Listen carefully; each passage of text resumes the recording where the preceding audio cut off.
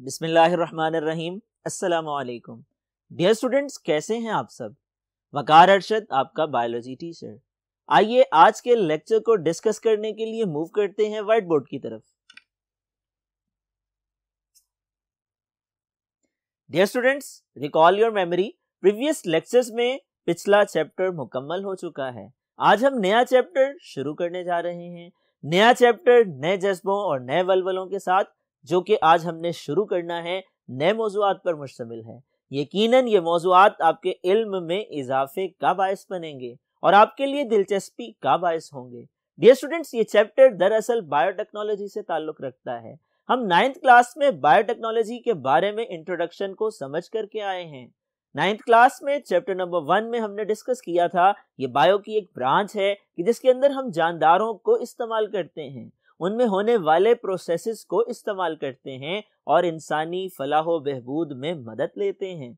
Dear students, biotechnology की बात की जाए, इसकी डेफिनेशन शॉर्ट क्वेश्चन की फॉर्म में आपसे पूछी जा सकती है। अगर ये सवाल आपके इम्तिहानात का हिस्सा बन जाए, इसका जवाब आप यूं लिख सकते हैं: use of living organisms in process for the manufacturing of useful products और फॉर सर्विसेज। जानदारों का इस्तेमाल मुख्तलिफ प्रोसेसेस में मुख्तलिफ मुफीद अशिया की तैयारी के लिए या उनकी सर्विसेज का इस्तेमाल, ये दरअसल बायोटेक्नोलॉजी कहलाता है। डियर स्टूडेंट्स, ये बायोलॉजी की एक ब्रांच है। इसके अंदर एक अलग ही दुनिया है और इस ब्रांच के अंदर हम बायोटेक्नोलॉजी को स्टडी करते हैं, माइक्रो ऑर्गेनिजम्स को स्टडी करते हैं, डीएनए को स्टडी करते हैं, जेनेटिक इंजीनियरिंग को स्टडी करते हैं, फर्मेंटेशन को डिस्कस करते हैं। आइए डिटेल को डिस्कस कर लेते हैं। Background. Dear students, old biotechnology की बात की जाए, दरअसल ये तरीका है कार कदीम अरसे से इस्तेमाल होता चला आ रहा है और बायोटेक्नोलॉजी जो कि कदीम ज़माने से इस्तेमाल हो रही है, उसको ये नाम अब दिया गया है बायोटेक्नोलॉजी का। बायोटेक्नोलॉजी की मिसालों का तस्करा किया जाए, हमारी रोज़मर्रा रूटीन का हिस्सा है। हम घरों में अचार बनाते हैं, फलों और सब्जियों को लंबे अरसे तक महफूज बनाते हैं। हम दूध से दही और पनीर बनाते हैं, हम सिरका बनाते हैं, हम आटे को खमीर करते हैं। इन तमाम प्रोसेसेस में फर्मेंटेशन इन्वॉल्व होती है। Dear students, recall your memory, 9th class chapter number 7 हम डिस्कस कर चुके। बायो एनर्जेटिक्स में एनएरोबिक रेस्पिरेशन को फर्मेंटेशन कहते हैं और फर्मेंटेशन दरअसल माइक्रो ऑर्गेनिजम्स की एक खूबी है, एक कैरेक्टर है, एक सलाहियत है। और इस फर्मेंटेशन की दो किस्में हैं, जिन्हें हम अल्कोहलिक फर्मेंटेशन का नाम देते हैं और लैक्टिक एसिड फर्मेंटेशन का नाम देते हैं। डियर स्टूडेंट्स, फर्मेंटेशन से बनने वाली जो प्रोडक्ट्स हैं, वो दरअसल हमें हमारी खुराक को मतलूबा शक्ल में बदल करके देती हैं, उसकी ग़िज़ाइयत में इजाफा करती हैं, उसके लंबे अरसे तक महफूज रहने को यकीनी बनाती हैं। तो हम ये कह सकते हैं कि फर्मेंटेशन दरअसल ओल्ड बायोटेक्नोलॉजी है कि जिसके जरिए से घरों के अंदर ये तमाम प्रोडक्ट्स हासिल की जाती हैं। आइए फर्दर डिटेल्स को डिस्कस करते हैं। मॉडर्न बायोटेक्नोलॉजी से क्या मुराद है और बायोटेक्नोलॉजी की हिस्ट्री क्या है, बायोटेक्नोलॉजी की अहमियत क्या है, इन तमाम मौज़ूआत को डिटेल में समझ लेते हैं। डियर स्टूडेंट्स, मॉडर्न बायोटेक्नोलॉजी की बात की जाए तो मॉडर्न बायोटेक्नोलॉजी को जेनेटिक इंजीनियरिंग कहा जाता है। जेनेटिक इंजीनियरिंग का मतलब क्या है? इसका मतलब डीएनए को अपनी मर्जी से मैनिपुलेट करना है, कहीं से कट करके कहीं भी पेस्ट करना है, डिफेक्टिव जीन की जगह पे सही जीन को रिप्लेस करना है। ये तमाम चीज़ें जेनेटिक इंजीनियरिंग कहलाती हैं। इसकी डेफिनेशन आप कर सकते हैं: addition, removal, repair and replacement of genetic material. Dear students, genetic engineering की बात की जाए तो इसे मॉडर्न बायोटेक्नोलॉजी कहा जाता है और इस पर काम का आगाज दरअसल 1944 से हुआ, जब इंसान ने ये मालूम किया हर जानदार का जिस्म जिन सेल्स पे मुश्तमिल होता है, उन सेल्स के अंदर डीएनए पाया जाता है और डीएनए में जेनेटिक इंफॉर्मेशंस होती हैं जो कि इनहेरिटेंस के जरिए से अगली नस्ल में मुंतकिल होती हैं। 1944 में इंसान इस काबिल हो चुके थे कि वो किसी जानदार के जिस्म से बाहर एंजाइम्स की मदद से डीएनए तैयार कर सकते थे। तो 1944 में enzymes for DNA synthesis prepare किया गया। उस एंजाइम को लेकर के नया डीएनए बनाया गया। 1970 में इंसान इस काबिल हो चुका था कि डीएनए को कट एंड पेस्ट कर सकता था, किसी भी डिफेक्टिव जीन की जगह पे सही जीन को रिप्लेस कर सकता था, किसी भी डीएनए के टुकड़े को लेकर के एक जानदार से निकाल करके किसी दूसरे जानदार के जीनियाती मादे में, जेनेटिक मटेरियल में इंसर्ट कर सकता था। 1978 में इंसानों ने कामयाबी हासिल की इंसुलिन वाली जीन बनाने में और ह्यूमन ग्रोथ हार्मोन बनाने में।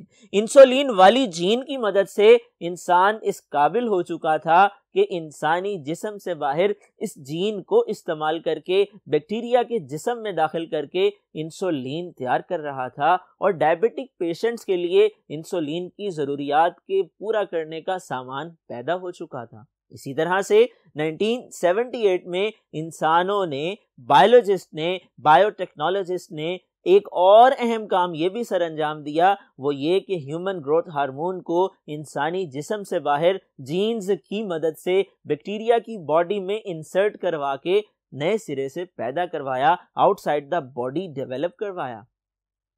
डियर स्टूडेंट्स, 1990s की बात की जाए तो एक important project human genome project launch किया गया। ह्यूमन जीनोम प्रोजेक्ट का मकसद क्या था?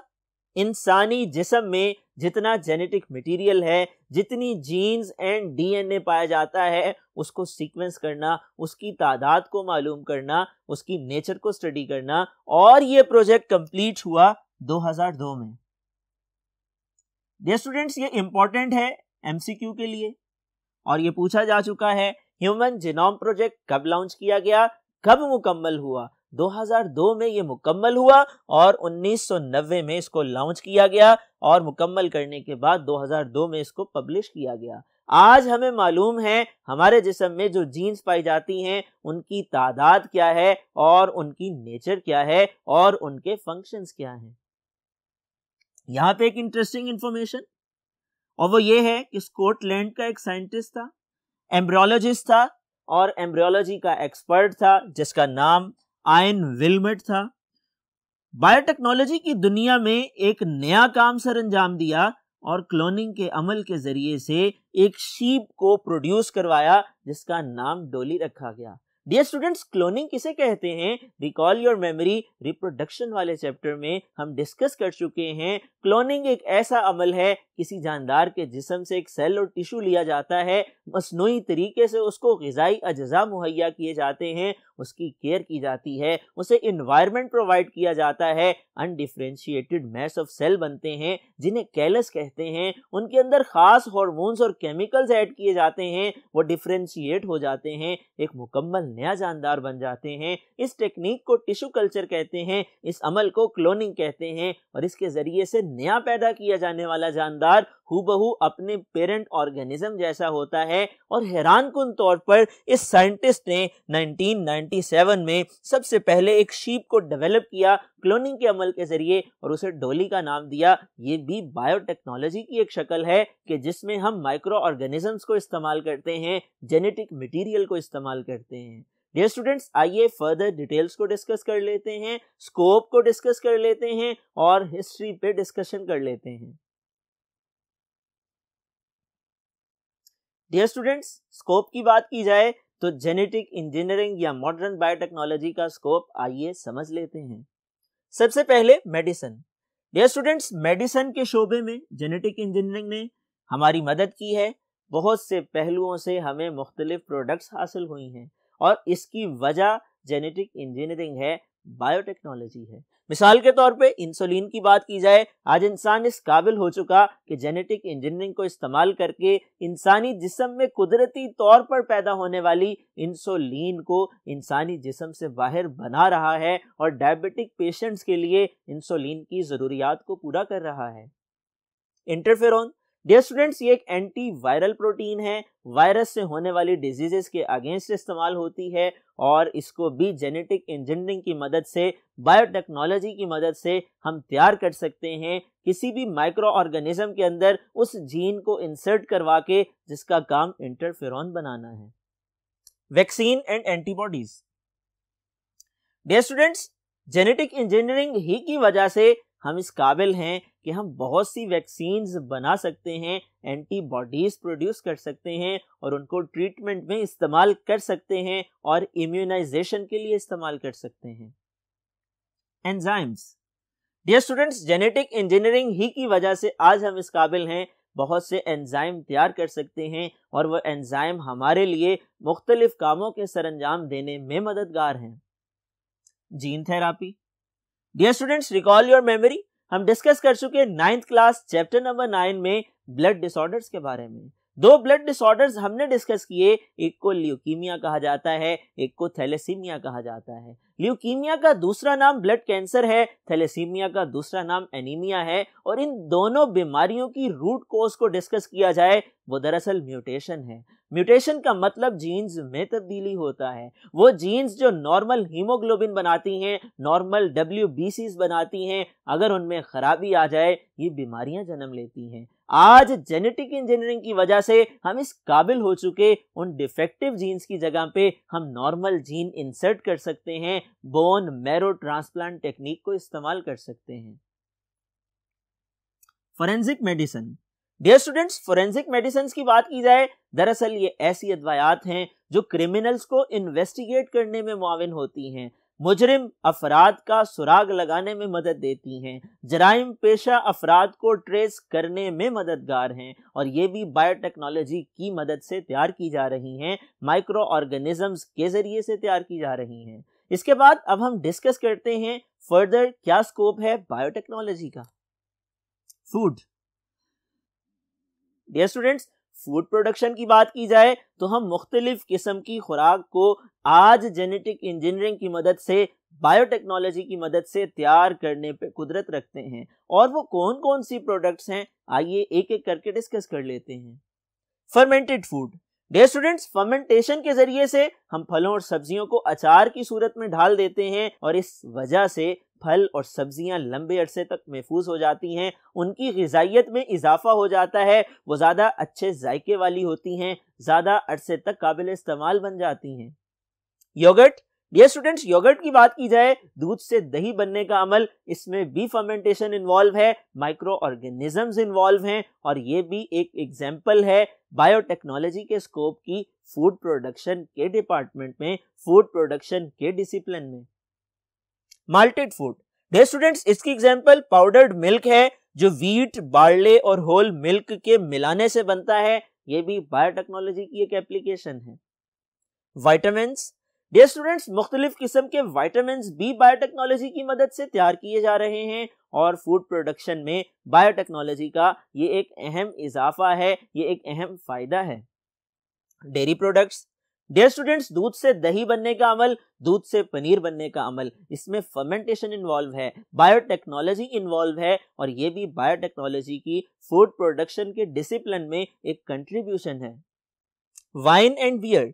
डियर स्टूडेंट्स, मशरूबात की बात की जाए, शराब की सनत के अंदर अंगूर से शराब के बनने में जो प्रोसेस इन्वॉल्व होता है वो भी फर्मेंटेशन है, और ये भी बायोटेक्नोलॉजी की ही मरहून मिन्नत है। आइए फर्दर डिटेल्स को डिस्कस करते हैं।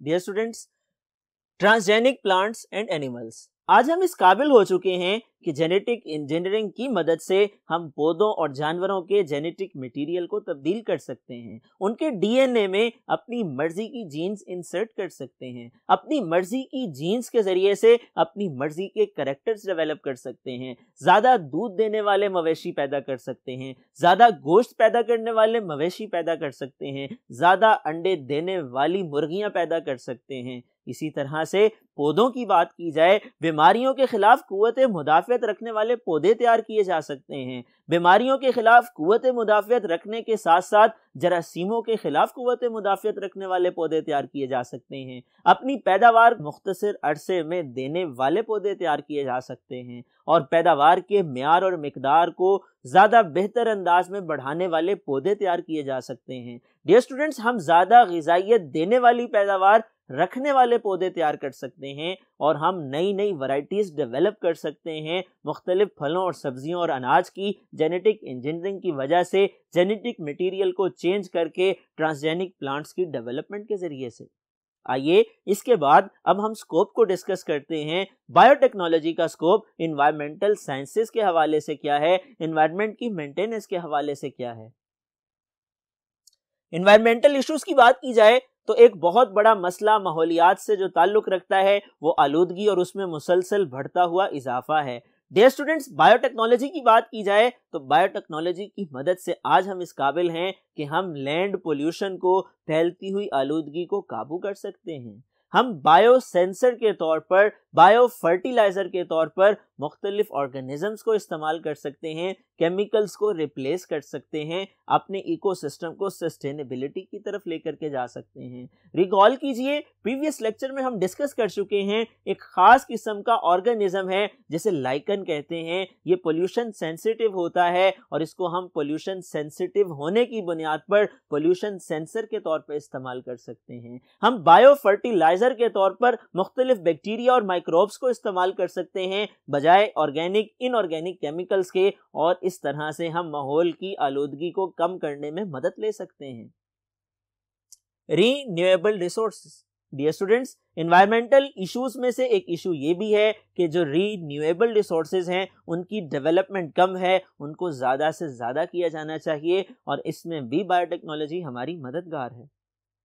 Degraded lands. Dear students, degraded lands की बात की जाए, मुतासरा ज़मीनों की बात की जाए, बंजर और गैर आबाद ज़मीनों की बात की जाए, उनकी बहाली में भी बायोटेक्नोलॉजी मददगार है।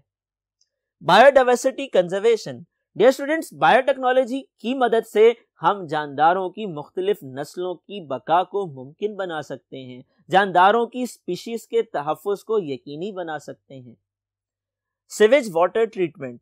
डियर स्टूडेंट्स, बायोटेक्नोलॉजी की मदद से हम घरों के फुजले को, फालतू मादे को साफ करने का काम ले सकते हैं और बेहतर अंदाज से उनकी ट्रीटमेंट कर सकते हैं, आलूदगी को कम करने में मदद ले सकते हैं। Transgenic microbes. डियर स्टूडेंट्स, हम ऐसे माइक्रोब्स तैयार कर सकते हैं कि जिनके डीएनए में हम तब्दीलियां लेकर के आ सकते हैं और इन ट्रांसजेनिक माइक्रो ऑर्गेनिजम्स को इस्तेमाल करके हम एनवायरमेंटल इश्यूज को रिजॉल्व करने में मदद ले सकते हैं।